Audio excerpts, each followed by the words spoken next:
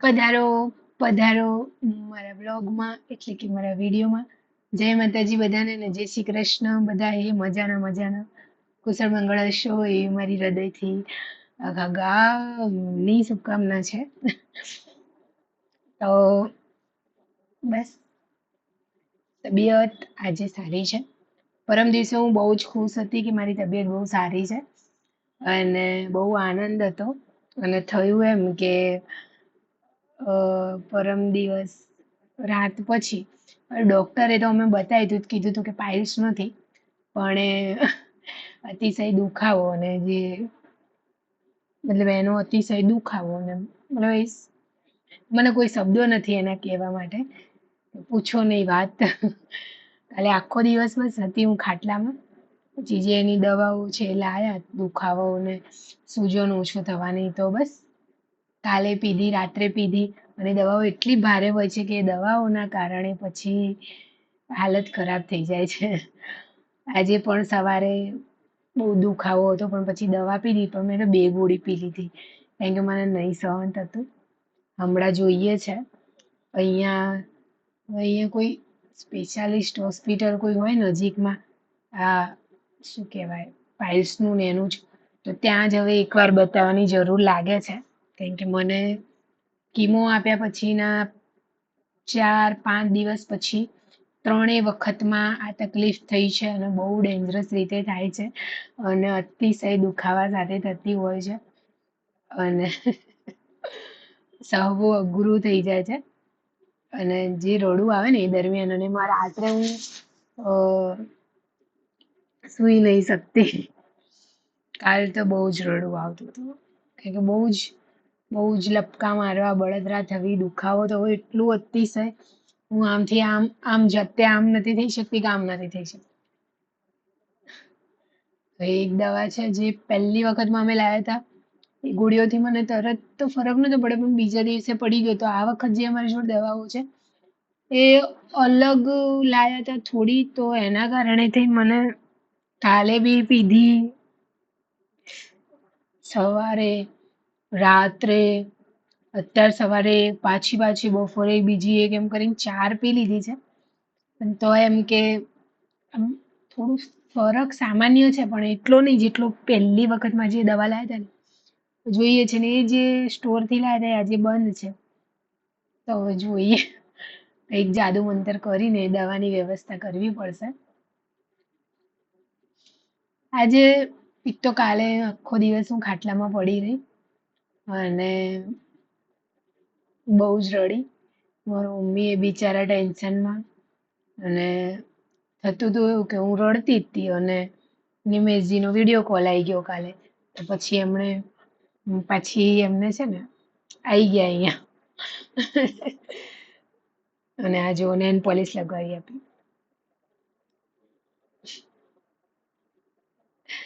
મને એવું હતું કે આ કીમોએ મને બહુ જ છેતરી છે. આ ત્રીજા કીમોએ મને બહુ જ છેતરી છે.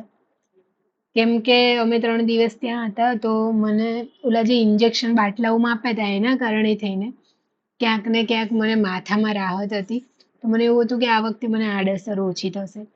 તો પહેલા દિવસે થોડું મેં સહન કર્યું, પછી બીજા દિવસથી જે હાલત બગડી પૂછો નહીં વાત.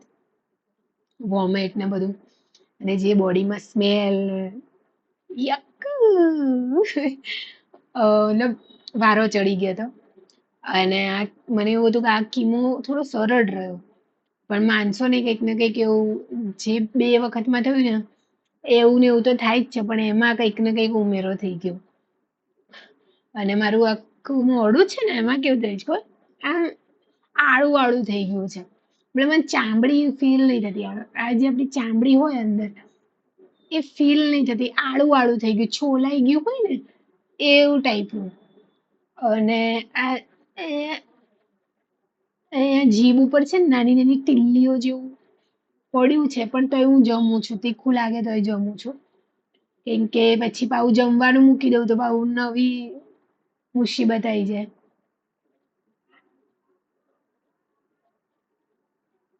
આ ત્રીજા કીમોએ બહુ છેતરી. અને આ ત્રીજા કીમોમાં કેવું થયું છે કે મને એવું હતું કે મને રાહત થઈ રહી. અને 1.5 દિવસ પછી એ 3 દિવસ પાછું એવું ને એવું રહ્યું, માથું, પેટનો દુખાવો. અને મને એવું હતું આ વખતે મને પેટનો દુખાવો થતો હતો પણ સારી રીતે પેટ સાફ થઈ જતું હતું. મેં કીધું પાઇલ્સ વાળો જે દુખાવો થાય છે ને એ આ વખત નહીં થાય. અને એ જે થયો ડેન્જરસ રીતે પરમ દિવસ રાતથી, અને કાલે તો આખો દિવસ હું બહુ જ રડી.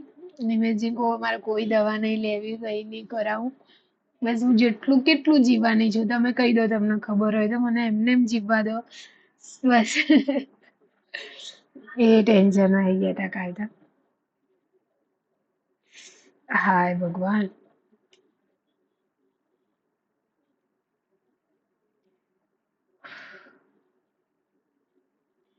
આ બધું બહુ જ બહુ પેઇનફુલ છે આ બધું. આ જંગ જીતવી આસાન તો નથી હો, બહુ જ મુશ્કેલ છે. અને થાય કેવું ખબર, હું મન મક્કમ રાખું કે ના રાખું, મારું શરીર સાથ નહીં આપતું મને. આમ તો હું થાય એટલું પોઝિટિવ વિચારો, ભજન સાંભળતી હોય, ભગવાનનું નામ લેવું અને પ્રયત્ન કરું કે મને સકારાત્મક વાતોને ઉપર જ ભાર આપું હું, અને બીજી કોઈ વસ્તુ પર ધ્યાન ના દઉં. જે દર્દ છે એ જવાનું નામ નહીં લે તો મને એવું થાય છે કે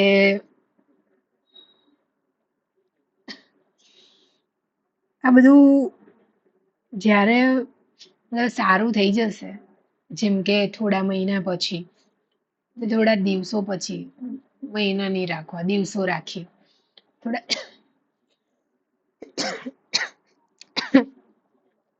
જ્યારે થોડા દિવસો પછી આ બધું સારું થઈ જશે, તો આ જે બધો દુખાવો છે એ મને યાદ રહેશે નહીં? રહે ને?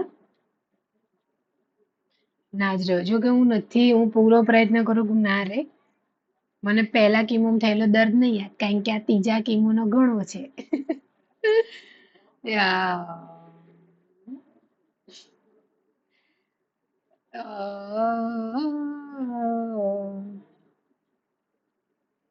અસહ્ય, અસહ્ય તો શું કહીએ, સહેતું થઈ ગયું છે શરીર. પણ મારે એ કેવું છે પ્રભુડા, મારા બાપા હાવ આવું ના હોય, આવું ના હોય મારા બાપા. હું તારી જોડે સામેથી આવી જઉં ને એવું ના કરીશ. તે લખ્યું છે એટલું તો જીવા દે અહીંયા મજાથી.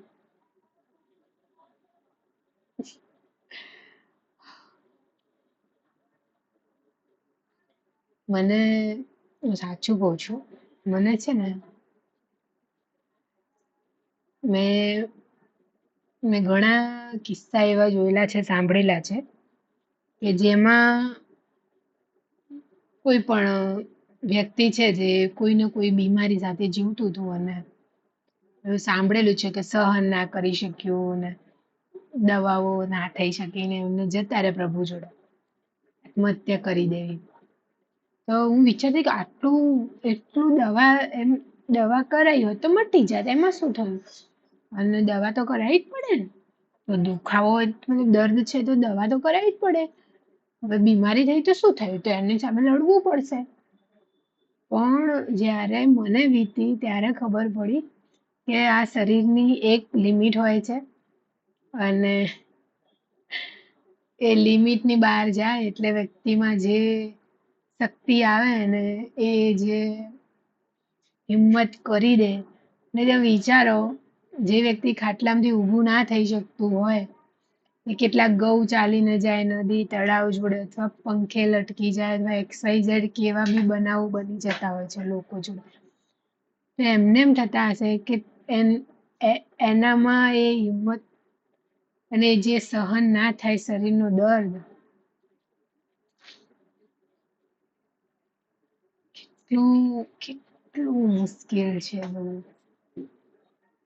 ભગવાને શરીર આપ્યું છે અને બહુ સરસ સાચવવાની જરૂર છે સાચેમાં બસ.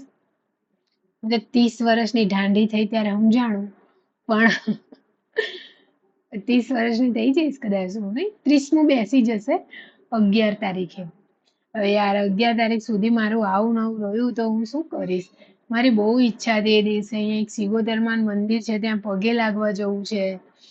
મારા બર્થડે ના દિવસે કંઈક કંઈક કંઈક ફરવું તું મારે, આમ થોડું એન્જોય કરવું તું મારે, પણ હવે આ એક તો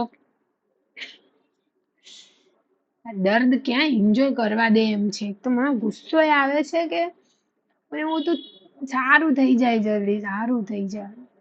પરમ દિવસે તો એટલું સારું હતું, અમે ઘર બર ધોયું બધા મળીને, હું એટલી ખુશ હતી કે બસ ધીમે ધીમે મને સારું થઈ રહ્યું છે. તો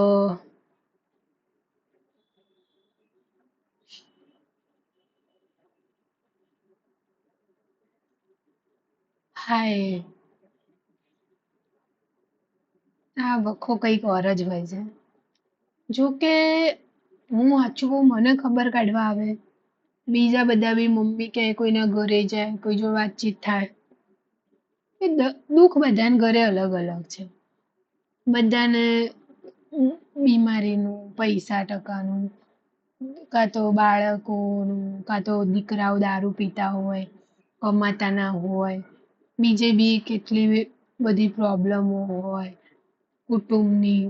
તો દુઃખ બધાના ઘરે અલગ અલગ પ્રકારે હોય છે. બસ એની સામે આપણે ઊભું રહેવું પડે, ઝઝૂમવું પડે અને બસ રસ્તા શોધવા પડે કે કઈ કરતા ત્યાંથી કંઈક અલગ જ રસ્તો મળી જાય અને બસ બધું હારું હારું થઈ જાય. હમ. મારા કિસ્સામાં શું થયું છે ખબર? આપણે કઈ ટેન્શન ઓછા નતા જીવનમાં, બહુ હતા. જયારે આ બીમારી આવી ને તો બધા ટેન્શન એની સામે મને શૂન્ય જેવા લાગવા લાગે.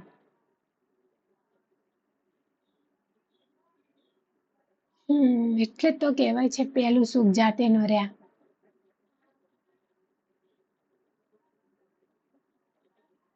મારા જીવનમાં એટલી ટેન્શન હતા અને એટલી પ્રોબ્લેમો, આખા ગામની પૂછો નહીં વાત તમે.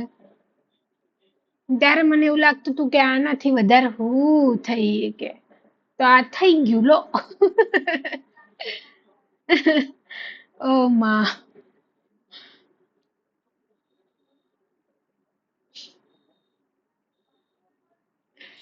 ગયા વર્ષે મારા બર્થડે ના આટલા દિવસ બાકી હતા ને ત્યારે તો અમારે શું ચાલી રહ્યું હતું કદાચ, હા મેં આ ઘરમાં રહેવા આવી ગયા હતા અને મારું ઓપરેશન પ્રાઇવેટ માંથી થઈ ગયું હતું 5મા મહિનામાં. એટલે હા કદાચ 27-28 અત્યારે જ થયું હતું, કારણ કે મારા ગયા વર્ષના બર્થડે ના ફોટામાં મારા હાથમાં પાટો છે. ટાંકા લીધેલા હતા ને તો પાટો હતો. તો 1 વર્ષ થઈ જશે. આમ શું અમારો લાસ્ટ બર્થડે હશે? આવતા વર્ષે આવશે મારો બર્થડે નહીં પાછો? એ વિચાર બહુ આવે મને.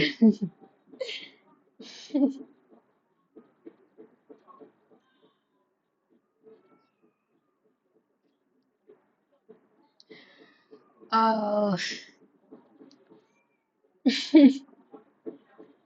યાર કોઈ યારે આટલી બધી એક્સાઇટ નહીં થઈ મારા બર્થડે લઈને, કેમ આ વખતે આટલું છે.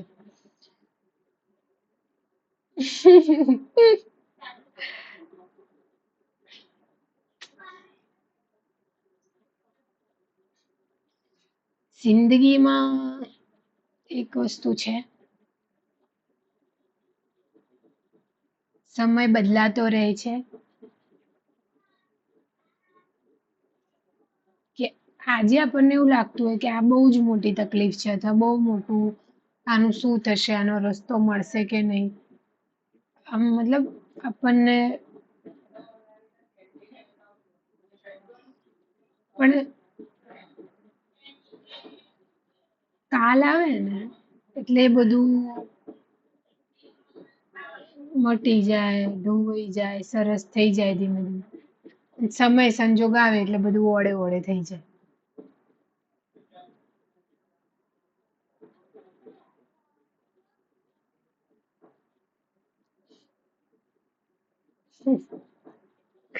મને હસવું આવે છે મારી પરિસ્થિતિ ઉપર અત્યારે કે ચાહતે હો ક્યા પ્રભુડા, ચાહીએ ક્યા પ્રભુડા.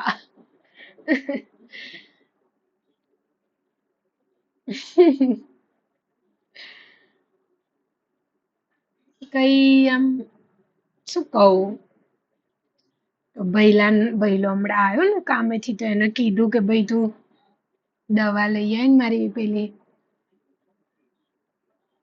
ભગવાન પ્રાર્થના છે મેડિકલ એ ખુલ્લી હોય થોડી જ વારમાં મોકલું હે. સારું, તાર ટી શર્ટ આપીએ અહીંયા, તારા ખતરો કહી દે અહીંયા બધા. આજે અમારા જેમીન ભાઈ નો અખતરો કહું. આજ મમ્મી જોડે જવાય તો જોઉં, બસ ચલાય વલાય બધું છે પણ એક દુખાવા સાથે શરીર કામ નહીં આપતું. તો આજે આ ભાઈએ શું કર્યું ખબર છે, સ્કૂલ જવા, મમ્મી તું આ બધું ના પીશ હો, જીરા હોય ફીરા હોય આ બધું ના પીશો. તો આજે શું થયું ખબર, આયરી ટી શર્ટ જેવી આ ટી શર્ટ બતાય બતાય બતાય ટી શર્ટ અહીંયા બતાય, પેલા બતાય. આ 1000 રૂપિયાનો એનો સ્કૂલ યુનિફોર્મ અહીંયા લાઈન બતાય, અહીંયા હવે સીધી પકડો, સીધી કર. આ જો આ ભાઈનો કારનામો જુઓ તમે, આ જેમીન ભાઈનો. આ મારો ભાઈ એનો યુનિફોર્મ એક જોડી 1000 રૂપિયાનો આવ્યો છે એનો યુનિફોર્મ. આજે હતો એનો સ્કૂલનો પહેલો દિવસ અને એ ભાઈ અહીંયા વોશરીમ બેઠા હશે અને શું કરતો હતો જેમી, હા તો પેનની ઇંક ચેક કરતા હતા અને થયું એમ કે ઇંક ચેક કરતા અખતરો કરતા અહીંયા લીટો એમ કદાચ થઈ ગયો હશે. સવારે વહેલા હું ક્યારે ઉઠી હતી, મને દુખતું હતું એટલે 6:05 કે 6:07 થઈ હતી કદાચ, કેમ કે હું જેવી ઉઠી ને ઘડિયાળમાં જોયું અજવાળું થઈ ગયું હતું એટલે મેં કીધું જેમીન સ્કૂલે ગયો કે નહીં. અને ભાઈને ઇંક અડી ગઈ હતી અને ભાઈ બાથરૂમમાં જઈને મથતા હતા સાફ કરવા. નવી ટી શર્ટ એની, આજે યુનિફોર્મ નવો પહેરવાનો હતો, પહેરીને તૈયાર થઈ ગયેલા હતા ભાઈ સ્કૂલે જવા. આજે પહેલો દિવસ હતો એનો 9મા ધોરણનો અને જો ને ભાઈ બાથરૂમમાં એકલા ને એકલા મથતા હતા સાફ કરવા. ના મને કીધું કે ના મારા મમ્મીને કીધું કે ના મારા ભાઈ ના ગયું ને એટલે બ્લીચિંગ પડ્યું હતું, મેં ઉપર બ્લીચિંગ નાખ્યું.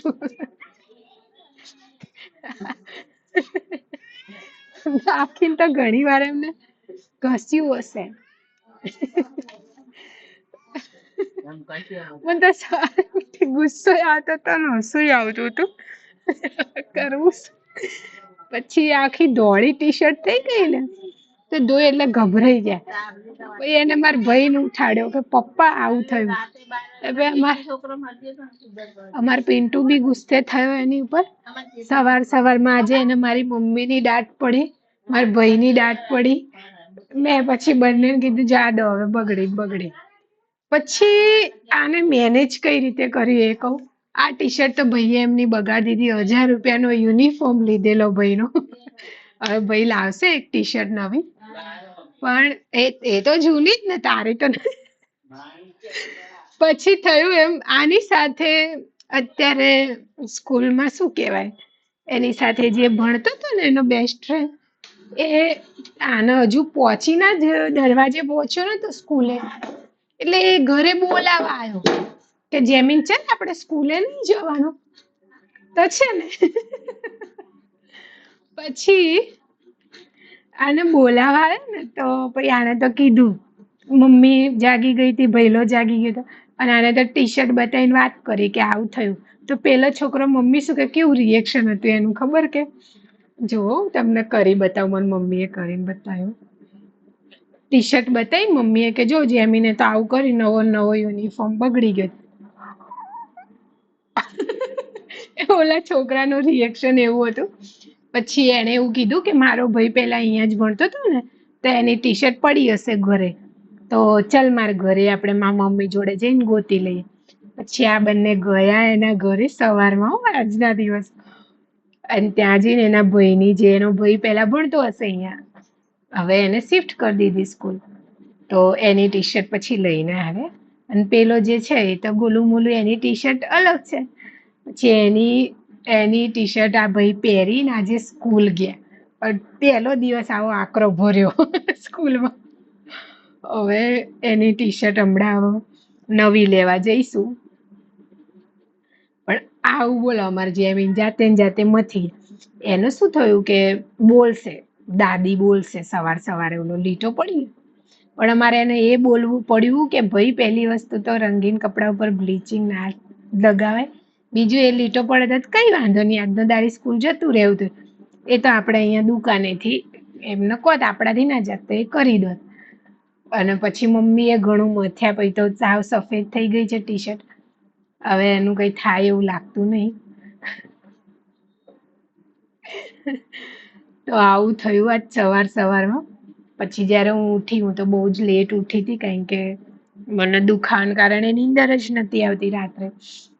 દવા પીવા છતાંય નીંદર નથી આવતી, વસ્તુ એ. અને પછી ટી શર્ટનું કારનામું થયું. પછી ભાઈ સ્કૂલેથી આયા આજે પહેલો દિવસ ભરી, અને પછી બધું પૂછ્યું કેવું રહ્યું, શું રહ્યું. હવે એની ગાઈડો ને બધું લાવવાનું છે, એ હવે લાવી દેશું. ચોપડા ને બધું વ્યવસ્થા થઈ ગઈ, એનું નવું બેગ લાવી દીધું છે. અને ટી શર્ટનું કારનામું સ્કૂલના પહેલા દિવસનું આવું. અને પાછું છે ને, આ કરીને મારા ભૈલાને કીધું, મારા ભૈલો સવાર સવારમાં બહુ ગુસ્સે થઈ ગયો. તો પહેલો જ દિવસ હતો કે, કારણ કે તારા આવું થયું તો કહેતો ખરી કે જાતે ને જાતે મથે છે ક્યારનું. અને જ્યારે હું ઉઠી હતી ને વોશરૂમ જવા, મને એમ કે નાહવા ગયો છે, પણ એ ભાઈ બહાર નીકળે ને, મારા ભાઈ જોડવા મેં શું થયું. મને તો તબિયત જ, હું બોલું જ છું. મમ્મી એના ઉપર ગુસ્સે થતા હતા, પછી મમ્મીને હું બોલી ગયો, ભાઈ કઈ થવાનું નહીં, તું બોલીશ તો ટી શર્ટનો કલર કઈ પાછો આવી જવાનું નહીં, એ બોલીશ નહીં. હવે મેં કીધું તો આજે એવું હોય તો રજા પાડી દો, અગર યુનિફોર્મ વગર નહીં જવા દેતો અંદર. પછી એને ભાઈબંધ આવી ગયો ભાઈ, અને ભાઈબંધે બધી વાત સાચવી લીધી આજે એના. તો કંઈક આવું થયું મારી જેમીને. આજે સ્કૂલે ગયો તો પહેલો દિવસ હતો, સારો રહ્યો કે. હવે શું કહેવાય, જે એના ટીચરો ભણાવે છે ને, એમની જોડે જ હું ભણેલી છું. બધાના નામ ને બધા લખી લખીને આ ચોપડામાં, આ ટીચર આવ્યા હતા, આ ટીચર આ પીરિયડમાં આવ્યા હતા. મેં થોડો આગા કરે છે, કયા કયા ટીચર બહુ મારે એમનાથી વાંચવીને રહેજે. અમારા જે રાજુ સર હતા ને, ઇંગ્લિશ ભણાવતા હતા, અને બહુ મજાના સર, ને બહુ જ એમને બહુ બહુ મારતા હો બધાને. ધૂરપટ્ટી હતી એમની જોડે લોખંડની. પણ એમને એમ નહીં, હોમવર્ક ના લઈને જઈએ, પછી બહુ જ મસ્તીમાં બહુ ઓલું કરીએ. અને છોકરીઓને બી બહુ સ્ટ્રિક્ટલી, એમ કે એ એમનો ભણાવવાની સ્ટાઇલ બહુ જ મસ્ત, અને બહુ સ્ટ્રીક હતા આમ જોવા જઈએ. આમ ક્યારેક ક્યારેક મજાકના મૂડમાં હોય તો બધા બાળકોને રમાડીએ દે, મસ્તી એ કરાવી દેતા, પણ આમ જોવા જઈએ તો સ્ટ્રીક હતા. જે અમારા સોની sir, Meeta ma'am, Charulata teacher, બધા યાદ છે આમ તો મને ઘણા ખરા. કુસુમ મેમ છે ને, એ ગુજરાતી ભણાવતા હતા, અને જે કવિતા ગાય, વાહ, બહુ જ સરસ ગાતા. મતલબ રાગ ના આવતો, પણ એને કયા રાગમાં લેવાની છે એ ગઈને સંભળાઈ જતા, પછી છોકરીઓ અમે ગાતા. પછી સોની સર છે ને, પેઇન્ટિંગ શીખવાડતા. અમને બધાને ડબ્બો એ બનાવતા શીખવાડેલો, કઈ રીતે લીટા પાડીને બનાવીએ. પછી પાંડવ સર હતા. પાંડવ સર સામાજિક વિજ્ઞાન ભણાવતા હતા. ચાલતા ટીચર ગણિત, મીતા મેમ વિજ્ઞાન, પછી અમારા એક અનિલ સર હતા જે માર્શલ આર્ટ અને કોમ્પ્યુટર શીખવતા હતા. મને યાદ છે, મને યાદ છે. અમારા ક્લાસ ટીચર હતા કદાચ કુસુમ ટીચર. કુસુમ ટીચર હતા કે ચારુલતા ટીચર હતા, મને તો એ મને ખાસ યાદ નથી.